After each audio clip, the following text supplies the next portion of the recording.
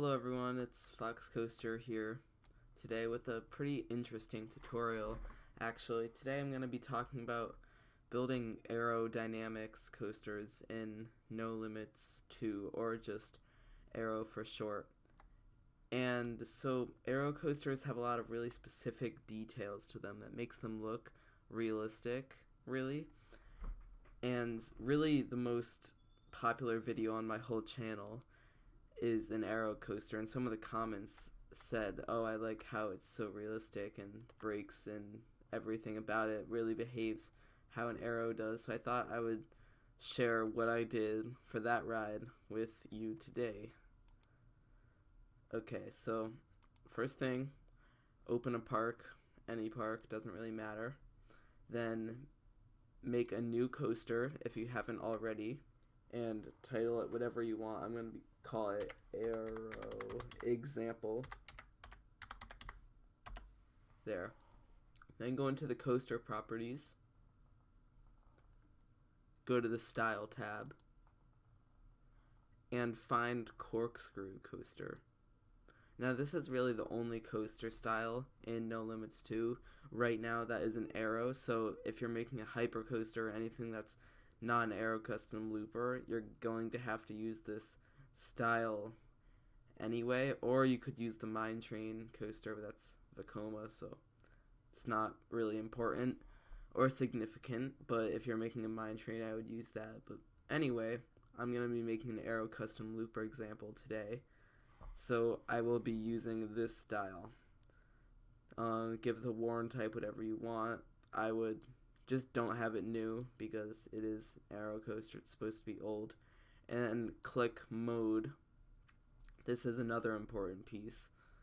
So for the heart line, do not click this. Normally you would just click that, but the thing is that this button here is going to give it a really what the real heart line would be, like modernly, and that's going to make the coaster smooth, if that really makes any sense. So you're going to want to click custom down here, and then it should give you an option to type some stuff in here. Leave the offset X blank and then go down to the offset Y and type in 0.22. Then go to trains, and you're probably going to want to make your train 7 cars long. If you're making an aero custom looper, make it 7 cars. If you're making a hypercoaster, you might want to make it longer, maybe 8 or 9 cars. Colors can be whatever you want. And then, yeah, just hit OK here. Alright, now that that's done, go into the top view, or a front view for that matter, and click track, start vertice, just like you would normally do. Build your station like that, just like you would normally always do. Select these, strict. But then there's one special thing that we have to kind of do for this aero station kind of thing. And what that is click up here and click speed comb. And what this will do is it will show the speed that the train is traveling at. And so you're going to want to lower the arrow, not this part, but the front of the station. Just lower it a bit. Not a very sharp angle, but just enough for the green to start to show up. Just like that. And what this is going to do is it's going to let the train roll out of the station, basically, like a real arrow does, rather than using those transport wheels, because that's not really realistic at all. And next thing, most aero coasters, they have this kind of little snappy drop right out of the station. And so we're going to make one of those right now. And to do this, just have a strict vertice, one out, and then just make a sharp drop like that. And then strict again. You can kind of fiddle with it, but it's pretty easy to do. That's it. Okay. Then I'll give the train a little bit more speed here. And from this point you can make a curve to the lift or just a straight track and then the lift, but make some sort of track here. I'm gonna make just a little straight track, and when you end it, make it start to curve into the lift, but make it strict. That's really one of the main key things about these aero coasters, is that everything on the track basically is strict. Nothing is really like curvy or anything like that, if that really makes sense. Okay, next we're gonna make the lift, and aero lift hills are kind of more like this angle rather than like a steep angle, because they're so old that it's really not as steep on the incline. So make it maybe 35 degrees or so, like so, somewhere around this angle. It's good. Okay, tighten up this a bit. Alright, now we have our lift hill, and you can make this as tall as you want. Really doesn't matter. I'm gonna go about 100 feet tall. There. Alright, so now we have that. And now let's do the crest. Okay.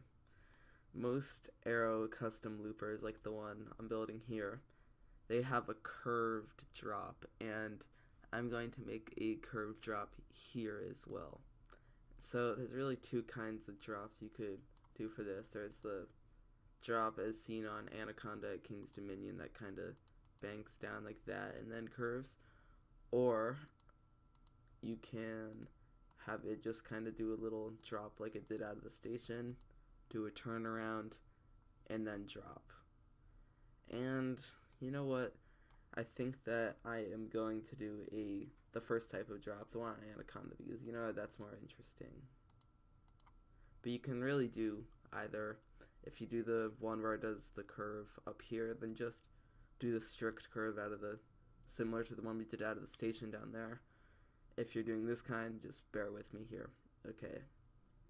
So once again, we gotta make it strict and not that steep, maybe about that steep or so, and make the crest of the lift very sharp as well, like unrealistically sharp, like sharper than you would, like a normal coaster would be, like kind of like that. There, that's good. And then pull this out just a little bit so you have that. Then go into the top view, and you can curve it this way or this way, and you can make it 90 degrees or 180 degrees. Really doesn't matter, but I'm just going to make a 90-degree turn right here. And just make a, like that. It doesn't really matter. Just a basic curve, pretty much. And then go into a side view where you can see the coaster well, and move these all at a time so that it is going down at the same angle the whole time, and that it doesn't get steeper or anything like that, so it'll look realistic. Pull this very last one down, and now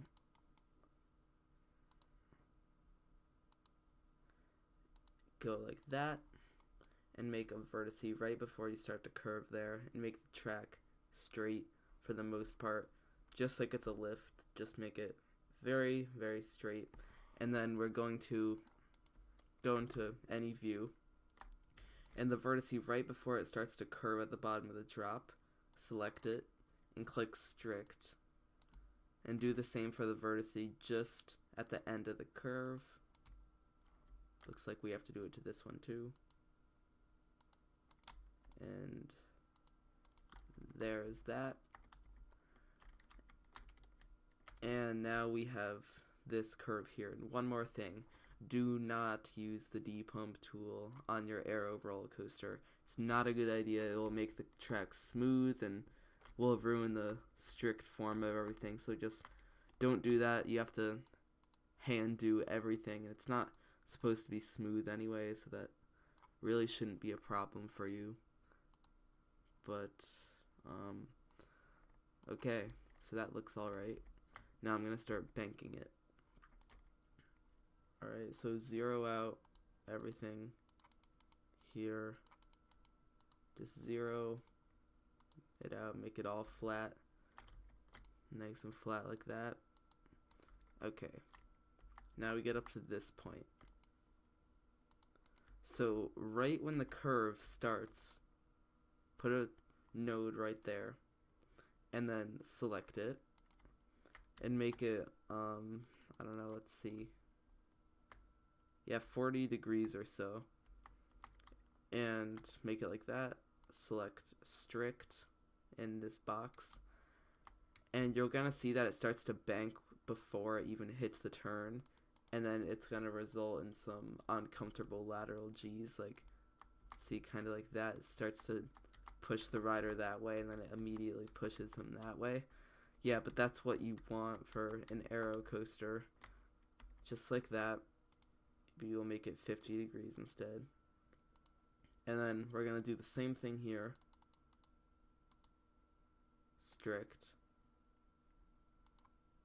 And the same thing down here. Strict. And then we're gonna put a zeroed out node down at the bottom of the drop. And yeah, you'll see this is kind of some uneven lateral force. You can kind of try to, like, without the D-pump tool, try to smooth it out to some extent. Like, that's a little bit better. And it looks like it pulls a little, you know, those G's are fine. Just hand do it, try to make it somewhat smooth. It's going a little fast. So I'm gonna put a trim here. Okay. And that's another thing, like, if the train is just going too fast, like, at some points, like, if it's not by a lot too fast, instead of changing the shape of the element or the size of the element, you can just put a trim there. And on other coaster styles, I would say absolutely don't do that, but arrows actually do have a lot of trims on them. Look at some of those 7 inversion coasters. Those have tons of really big trims too. So make it a brake. Select trim brake. Let's try to get a good speed here.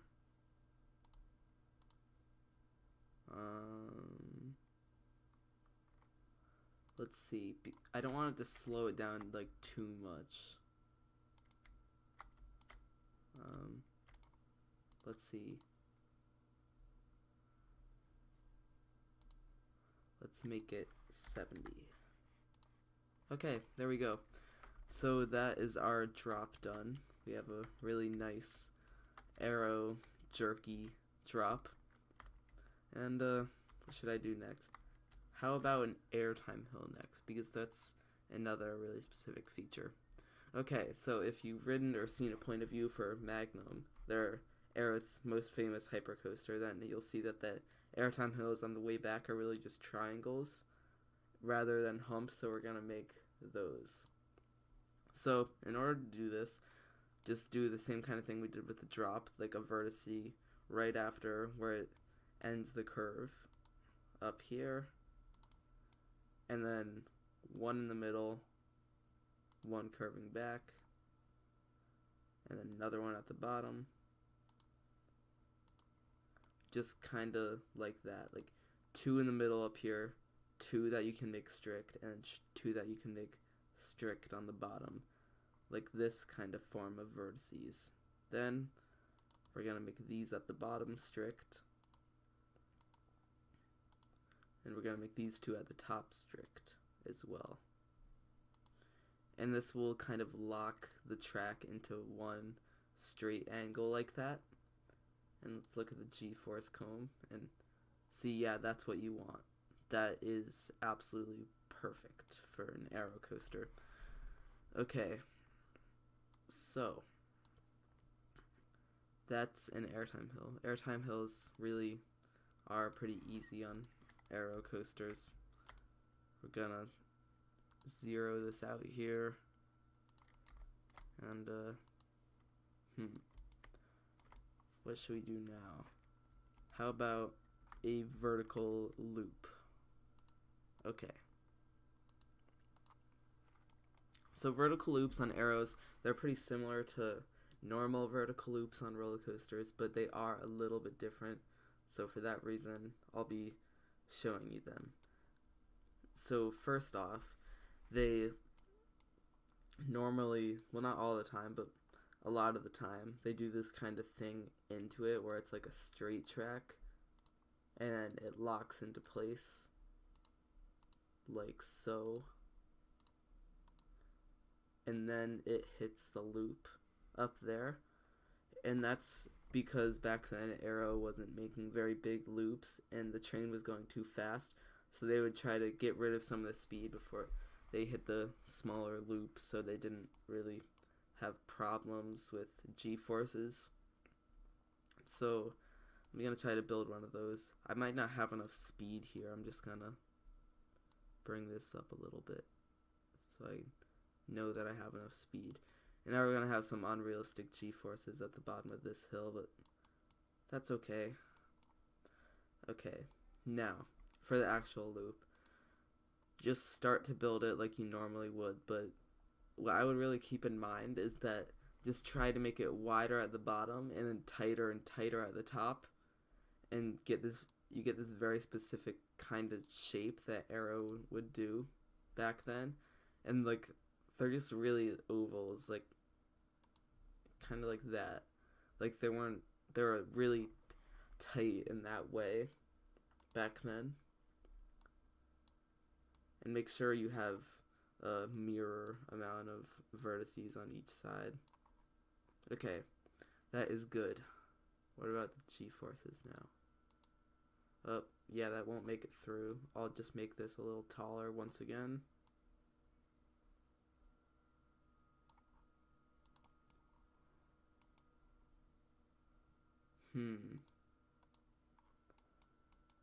Take this trim out. Let's see. Oh yeah, now it makes it through with extra speed. Yeah, now it's going way too fast. Okay. Let's make the drop shorter again until we get it under control. Okay. Alright, I just kind of did some weird tweaking with the drop. I do not recommend doing that. Now my drop is all deformed, but you guys already saw how I made it before, so that's okay. Alright, get this kind of shape. And like I said before, make sure you have the same amount of vertices on each side of your loop. Do not depump it. But you can turn the G-force comb off now. And you do want pretty strong G-forces at the top of the loop. You want it to be at least more than 1.5 vertical G's, I would say. And you want the track to get really tight up there, like as tight as the train will allow. Just kind of like this tight, because they were very tight loops at the top that they would make. And select all of the vertices past the second half of the loop, like this. And then simply pull to one side or the other, just like that, just enough for it to miss the other track. And then carefully pull the vertices sideways.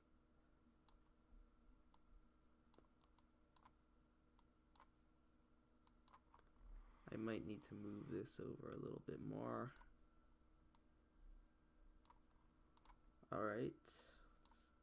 You're gonna have to mess around with this for a while. This is kind of a difficult process. Okay.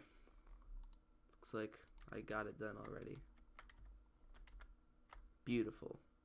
Well, it may not be beautiful, really, but that's... we're not really looking for beautiful, actually. We're looking just for it to look like an arrow, really. So you can modify a little bit more. Make sure it's not wonky to one way or the other. And yeah, that looks good. And then start to build these up, the 0G, or not 0G, I'm sorry, just zeroed out nodes for the rolls, and then put some more on this side, and then we're gonna put 2 more up here, and the track will twist around like that at first, but we can fix that. If you already know how to do this, then you just click on 45 degrees here until you get all the way around to 180, then click no lateral G-force. Same over here, get to 180, no lateral G-force, and bam, now you have a vertical loop. Okay. I think I'm gonna stop here with the elements because I don't want this tutorial to be too long, and because the other elements that arrows do really are not that different, actually, with the exception of the corkscrew. But when you build your arrow corkscrews, don't hand build them because it's very difficult to get the shape. You probably know that arrow corkscrews are perfect circles, really. So when doing a corkscrew, select the end of the track like that. Go to the element tab, click add element, click corkscrew formula, change the radius as you would need. You're gonna have to do this process a few times to really see what size you need, but 5 is really the average corkscrew. Click next, keep that at 0, keep that at 1, click finish, click OK, and there you have your really perfect arrow corkscrew. Just like that, you'll see that it's all a perfect circle. You're gonna have to, might actually have to depump the entrance to it just quickly. You can just, because the entrance, even by arrow standards, is a little too snappy as it is. So see, I already fixed it, just like that. Alright, now I'm done with the elements. So now start supporting. So arrow supports are actually pretty basic. For most of the rad, you can just go into Prefab panel,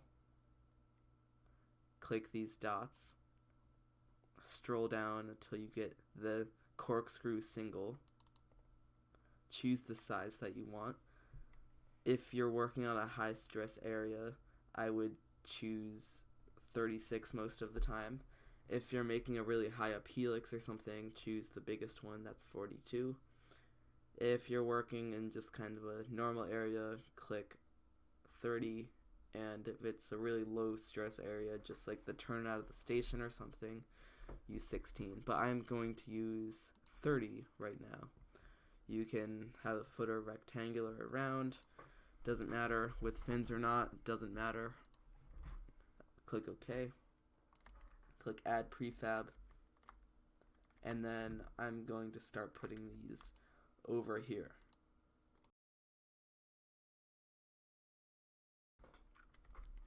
Now for the loop supports, these are also very easy. Go to the support tab, click add rail connector, and put one at 90 degrees of the loop on each side. Go to this view of one of them, put footers about this far out and to the side, like that. Click support panel, scroll down here to 30. Yeah, how about 30? Keep all of this stuff the same, that stuff doesn't matter. Click close, click add beam, and drag it from the footer all the way up to the rail connector.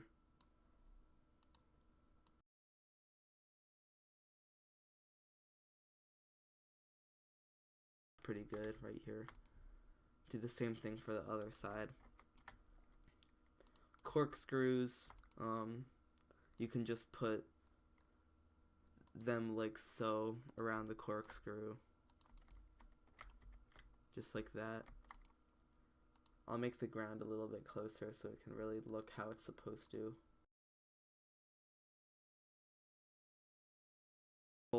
upside down part of the corkscrew doesn't need to be supported. Somehow real aero coasters don't need supports up there. I don't really know how that's possible, but they don't. And so you'll see that looks pretty good. Corkscrew's done. And now for probably the most difficult part of the supporting process, even though it's still very easy.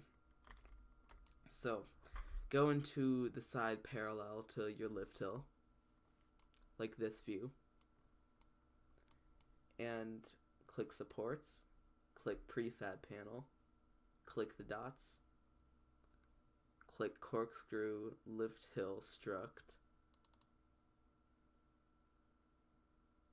Keep all of this the same. Close that window. Click add prefab. And then space these out on the track. Even spacing each time, maybe about this far spaced, fairly close together.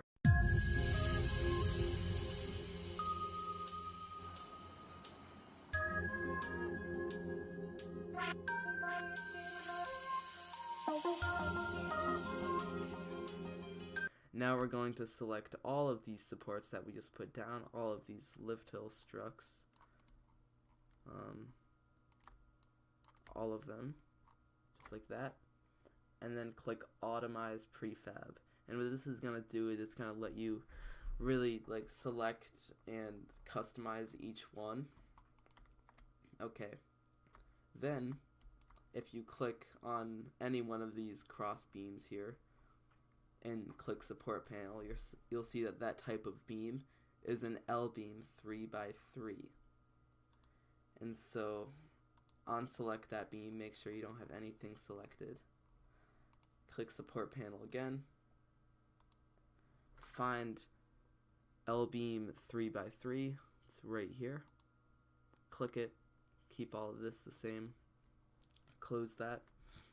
And then add a beam to connect these. And to do this, really just, I don't know how to explain it rather than just saying go like as so. You just take one of these nodes down here, and all of these nodes will be at the same height. No Limits does that for you, luckily. So those will all be at the same height, and then use a beam to connect all of the ones that are at the same height, but do not connect ones that are at different heights. So just keep doing that as so.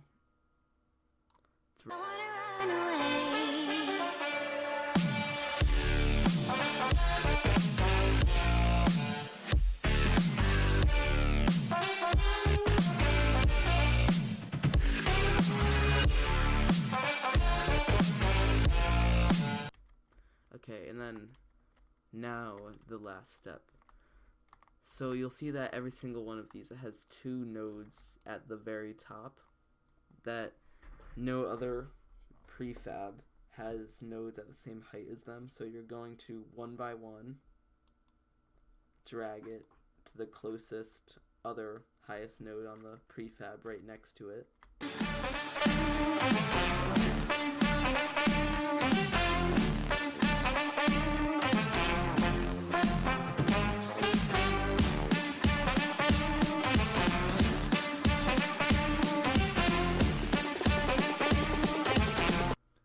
Finally, looks like we are done.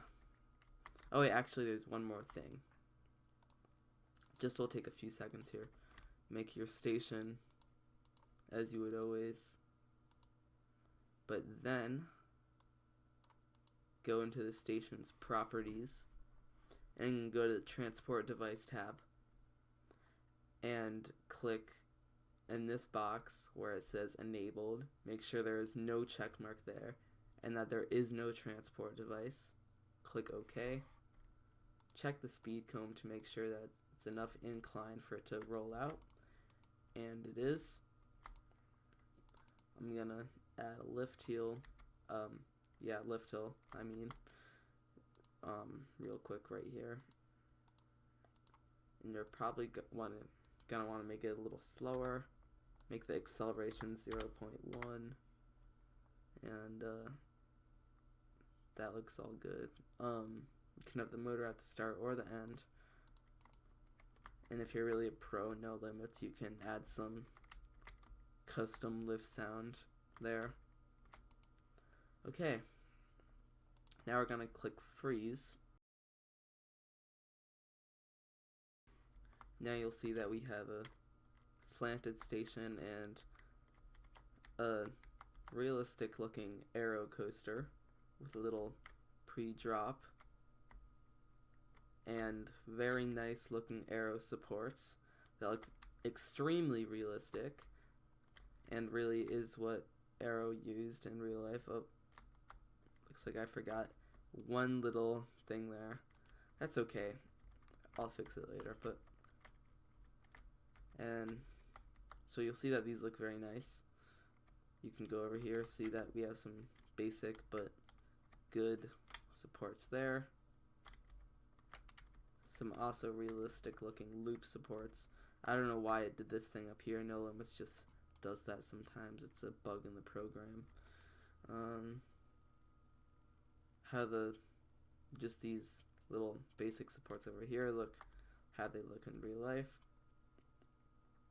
And if we ride the coaster too, finally, you'll see that it looks very realistic and just looks really good overall.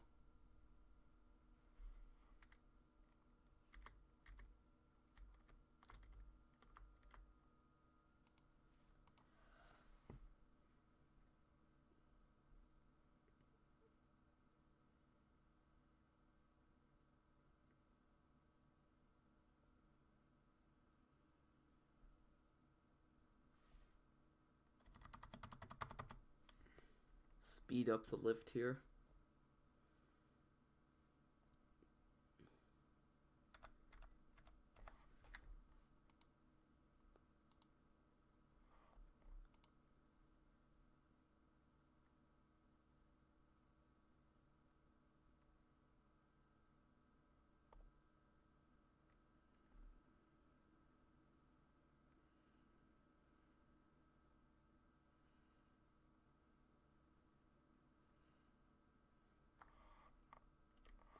Okay, you'll see our coaster was a little aggressive there, but it looks as an aero coaster should, and that was the whole point of this tutorial. So I hope this tutorial is helpful to you. If you have any questions, please leave them in the comment section. I will answer them and help you out. And if you don't want to leave a comment, you can always email me at foxcoaster@gmail.com. And yeah, I guess I'll see you guys later. Thanks for watching, and bye.